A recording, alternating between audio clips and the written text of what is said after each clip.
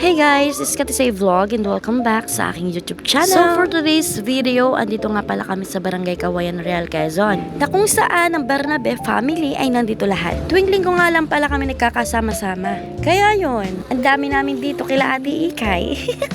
Ako nga pala yung nag-aalaga dito sa inaanak ko dahil yung nanay niya ay kasama ni Ate Ikay na magluto ng merienda. Kaya ito ang ninang nakaisip na paglalaroan ni Tutoy at ito ang nganga.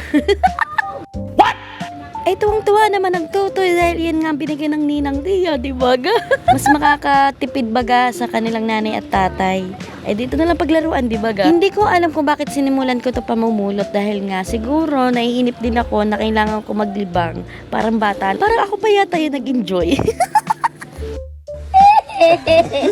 Linggo nga pala ngayon, kaya yon family day. Sobrang kalikutan ni Tutoy, haggard na ang ninang niya, o diba? Busy nga pala lahat ng mga person dahil nga eto si Josawa ay nag-aayos na itong pangbabako doon sa bahay nila Ate Ikay. At katukatulong din si Albrecht. Kaya yun guys, papasilip ko sa inyo yung mga ginagawa ng mga tao dito habang ako'y nag-aalaga ng bata. Dumating na nga pala si Kumare, ang nanay ni Tutoy. At lumabas nga pala si Tutoy na hindi alam ni Kumare. Don't worry Kumare, ako na mag-aalaga kay Tutoy habang ikaw ay katulong ni Ate Ikay pagluluto. Sabi nga kapag ninang ka, ikaw ay pangalawang magulang na, di ba? So yun, mahal ko din naman si Tutoy kaya ako na mag-aalaga, Mare. Habang andito na si Mare, ako muna ay maglilibot at papakita ko sa inyo yung mga ginagawa ng mga tao dito. Ayan na kasi Bebe Alyon na tinutulungan ng Mama Terry na magpintura nitong tindahan ni Ate Ikay. Sana all. Ang sisipag ng mga tao dito, no? Ako, eto, nagbibideo lang.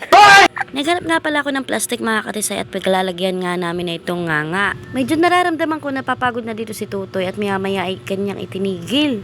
Ay ang mahalaga ay nilalagay niya dito sa plastic. Siguro iniisip na lang ang ninang ko puro na lang ang video, hindi na lang siyang gumawa. Sinabi ko, Tutoy, bumalik at hindi pa tapos, ilagay mo pa lahat. Eh, itong nangyari. Bigla nga napatigil sa pagpipintura si Alyona at nakisama na nga rin sa pagpupulot ng nganga. Oh my God. Sa sobrang kami naliligayahang pagkukuha. Aba, ay parang 2 kilo na. Pwede na itong ibinta.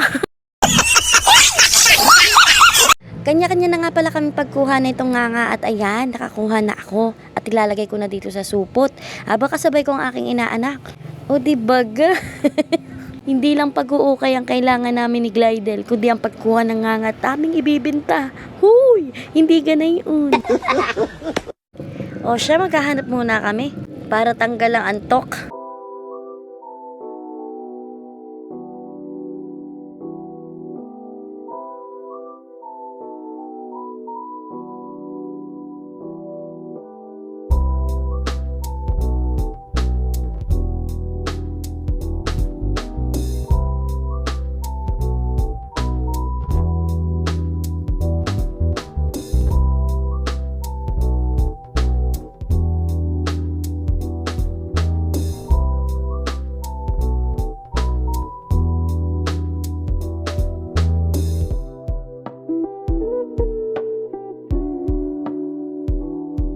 Napakasipag nga pala ng aking love. At ayan, tingnan ninyo, napaka-busy. Mansari nga pala namin ngayon. Kaya yun, iyon. Nakakatawa nga pala itong aking inaanak at talaga namang kinuha yung supot sa akin. At kanya kinuha. Oha, mapapansin ninyo parang lasing lumakad at mabigat nga naman. Palagay ko yung nasa 2 kilo iyan.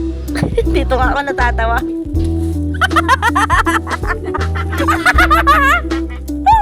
Yung bato, napakano siya, pow!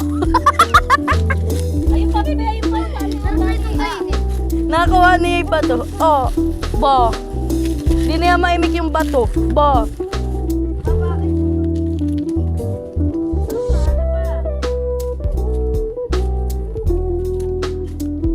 Sabi ko, bakit nga pala dito nagsisisilip si Tutoy? Eh, pala naghahanap din ng nganga pati sa ilalim ng tricycle.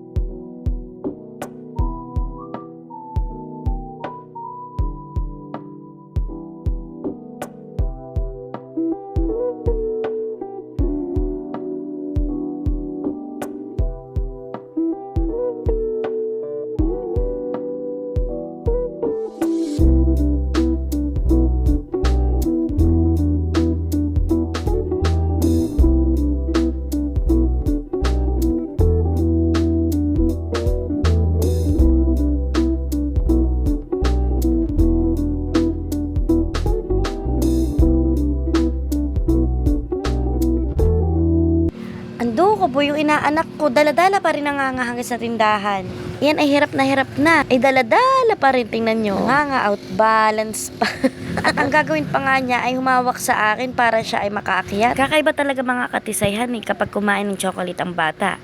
Ay super hyper na nga, ay lalo na hindi pa ito nakakatulog ng tanghali. Kanya na nga ibinigay sa kanyang mama itong nganga. Tingnan niyo mga katisay magiging reaction nito. Ayan o. Pag ngangati-ngati na.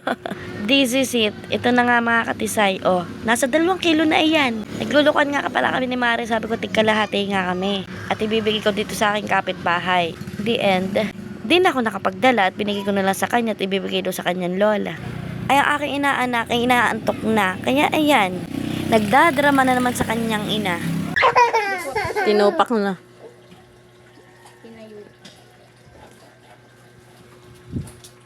Ang daming cellphone ni Ate Ikayhan Baka naman, pahinging isa, charot. Bumili nga pala si Lablab ng isaw kay La Papa at nilinisan na ni Ronald. At syempre, may magandang nagluluto. Ang ate kong napaka-sexy na si Ate Ikay. Napakasarap talaga magluto ni Ate Ikay. Ang niluluto niya ay binagkat na saging. Wow! O siya, pupunta muna ako sa labas at bibidyo muna kung anong ginagawa ng mga bata. Akala ko naman ay natutulog na si Tuto, yung pala'y nakikigulo dito sa mga nagtatrabaho. At sabi nga pala ni ate, luto na yung merienda. Kaya ito, nauna na ako dito sa kusina. Charot. So yun, ito na nga pala yung niluto ni Ate Ikay, ang pansit canton na napakasarap at binagkat na saging.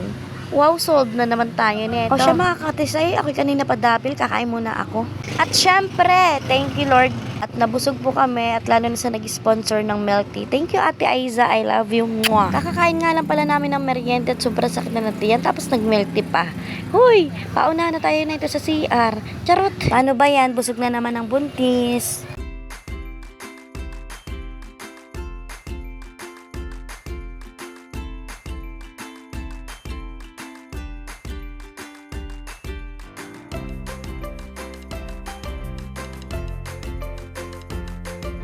So ayun na nga mga katisay, ang oras tayo ay 4:30 AM at yan, nasa biyahe na nga kami ni Love Love papunta dito sa Barangay Anuling, General na car. Habang nagdadrive nga pala diyan si Love Love ay ako'y napaidlip ng kaunti. Tapos nung minulit ko na ang mata ko, sabi ni Love Love, Love, akala ko'y tulog ka na. Di niya alam na nakatulog na nga ako ng kaunti. O siya mga katisay, hanggang dito na lang at talaga naman ako'y napapagod na din. Don't forget to subscribe to me mga katisay. Love you all. Thanks for watching. Mwah!